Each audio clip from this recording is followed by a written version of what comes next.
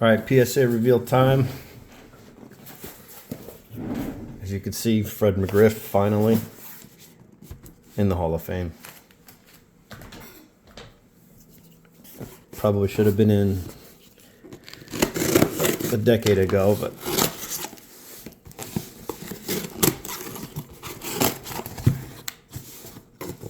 he's in. And of course, this card started to go up.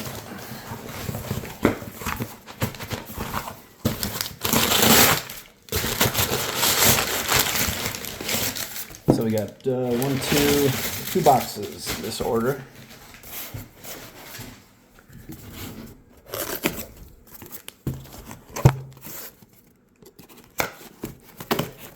And I've been collecting his stuff for a long time, and he is, in my opinion, way overdue. So I had stuff graded a long time ago to beat the rush and the increase in prices. So let's get into the breakdown. I think all these are a big mix. Let's see. All right. No specific order, but let's do it like this. And this is, let's see here.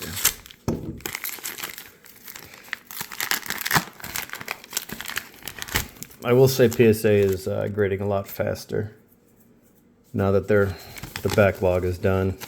This is, down goes the glossy.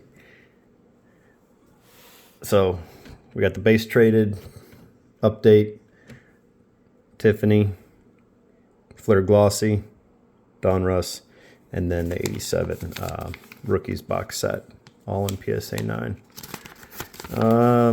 Let's see how many days this thing took. This was the 18 per card, regular submission, 1980 to present. And there is 25 items. So when was this sent? Let's see, when did they receive it? Oh, date received October 17th, 22, and I've had it for a handful of days. So pretty much a month and a half, 45 days. All right, let's get into it. First one up is a Mike Trout, and this is, gotta keep the glare off, PSA 9 gold foil from 2021 Topps. Next up is a Bryce Harper that I pulled out of a blaster box.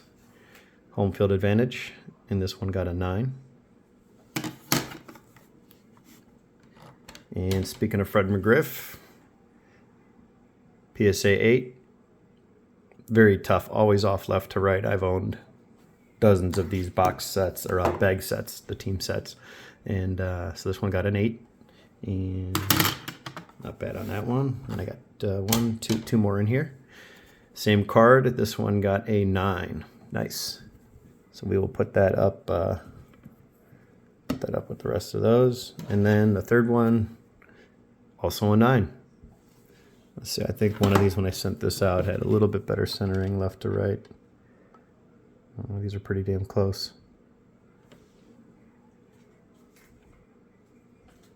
Yeah, just a hair over on the left-hand side. Probably would have got a 10. These things are packed fresh, been sealed for a long time. All right. There we go. It's a nice addition there. All right, next up we got, as I knock everything over, Boba Fett. This one is the Sapphire, and I got a 10. Very nice. This is the second year Future Stars. Pretty easy to gem up as long as you don't have a bunch of surface issues. Those things are so thick, they're like credit cards. Next up, this is, oh, nice, a 10. Update X-Fractor. This one is numbered to 99. Pulled this out of a retail pack. Has all the updates retail. And then we've got Ronald Acuna. And this one is numbered 3 of 150, an atomic, and the 1991 design. Pretty nice. I think Acuna is too cheap. And we've got a Heritage base rookie and a PSA 10. Pulled this one, I think this one out of the rookie card explosion boxes from Filmington. So nice to get that, and nice to get a gem on that one. And this is, don't laugh, I know everybody laughs about this guy and how much his stuff has dropped, but I opened up one box of this stuff and this is what I pulled. So I've had this card since 2019 and it's just been sitting in a box, and I figured the thing looked great, centering was good, and figured I'd send it off. So I only own or hold, I have one basketball card, so that's my second one. The rest of the stuff I sell if I ever come across it. But I just figured it's almost like a conversation piece, just because the hype that was around this guy, and now what they've fallen to.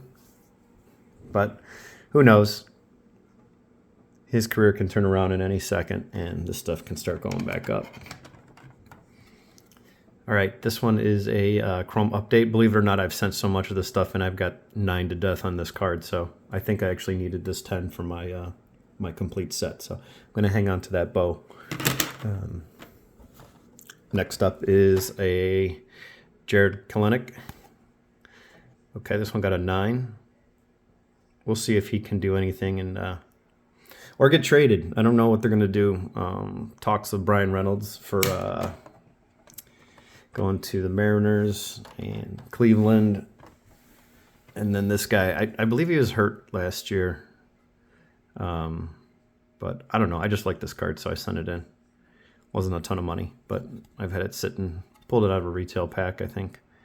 Maybe it was hobby. I'm not sure. But anyway, I just like it. I think the pink looks good with the teal.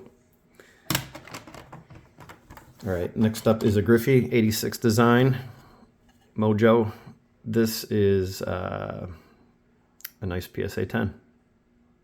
Griffey always sells well. Plus, I collect a lot of his stuff. So next up, we've got a Taylor Trammell auto sapphire. It's pretty nice.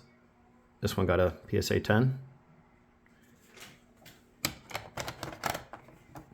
Next up is a Kyle Schwarber. Nice chrome and a 10. This will go to my complete set. Next up, we've got a Deion Sanders. This is an 89 score. This one got an 8. And just a slight touch on the bottom corner, and then a little bit off top to bottom. The left to right is really nice. Good surface, so it's a solid 8. That'll be for sale. Deion Sanders again, pro set. My brother-in-law tried to send a couple of these, or 1 or 2 of these in, and his were like really cut small. So you just got to watch. And I think I don't know if he bought them that way, but there's no quality control in 89 for pro set, trust me. So I'm not sure if he bought them, but you got to watch. People will trim these cards just a hair, and in photos they look good, but they're going to come back undersized. So these two were in nice shape. One got an 8, one got a 9. I'll probably sell this as a package. So if anybody's interested in Deion, just shoot me a message. Let those go for a fair price. Quite a bit under eBay sales too, just to avoid all those fees. You can buy from me direct. And then I may hang on to one of these, to this Deion Sanders, the 9. I do have his baseball stuff in. I don't think I have any of his football cards. Okay, Barry Bonds. This is the 87 Flair. I don't know if this is the glossy out of the tin set. Let's see which one this is. This is just the regular. Okay, this came back in 8. And wow, I will say this is if I get rid of some of this glare, here we go. Here we go. It's the best way to do it. I don't know. I'm not seeing. I see a 9 Centering is great, left to right, top to bottom. You know, it's a little bit thinner down here than it is between the name and the top there, but you know, just a slight touch here with the white. I mean, it's ever so slightly. So I figured a 9, but it got an 8. That's okay. You're not going to hit them all. Vladdy. This one I snapped out of I want to say a GMA. Very cheap holder. Got the card really cheap. So want to get it to a PSA slab as I PSA my binder pages that snap in.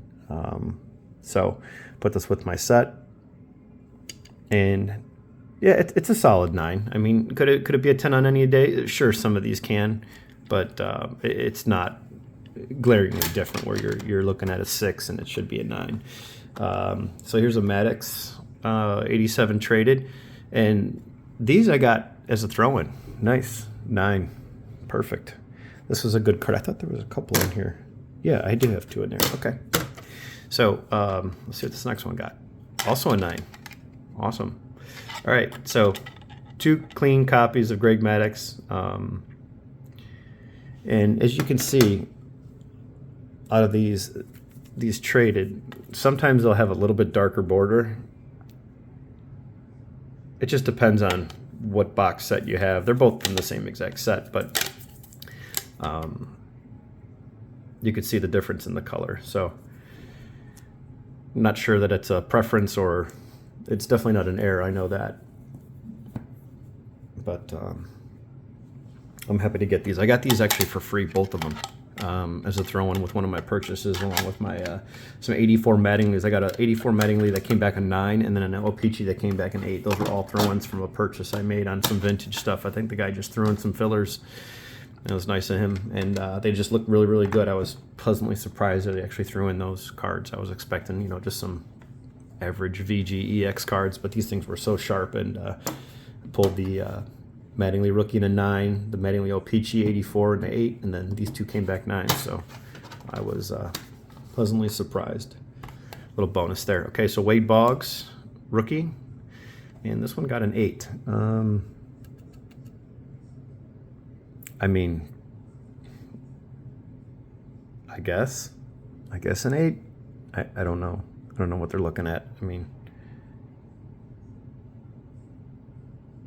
I don't know how much more of a perfect factory cut corner,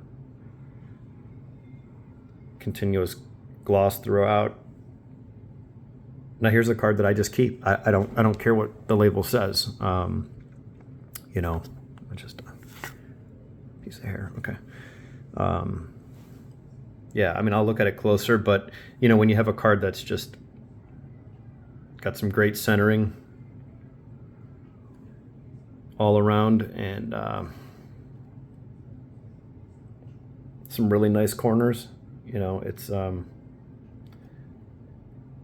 hard to throw up my other phone on here. Usually good to get a quick background check. You can see that. Yeah, I don't know. Yeah, these corners are nice. I mean, this is a nice card. One of those cards, if you ever get him signed at a show, just snap the thing out and have him sign this and get that auto graded. I do have his rookie auto in this card, actually, somewhere around here, that I just picked up. Let's see if I got it handy. Yeah, so if I ever get a chance to get him to sign, here's a autograph, and as you can see, way off left to right. Still a clean copy of the card, but yeah, this would be a great candidate to snap that out, because these don't go for much in an 8, but that's okay. I'll take it. That card looks way too good. Okay, so that's done, and then last 2. Let's see what we got here. Wander. This is a silver. This is a pack pulled silver. I pulled this out of my first box. Okay, so this thing got a 9, and there is, I'm hoping that's not on the card, because is that why it got a,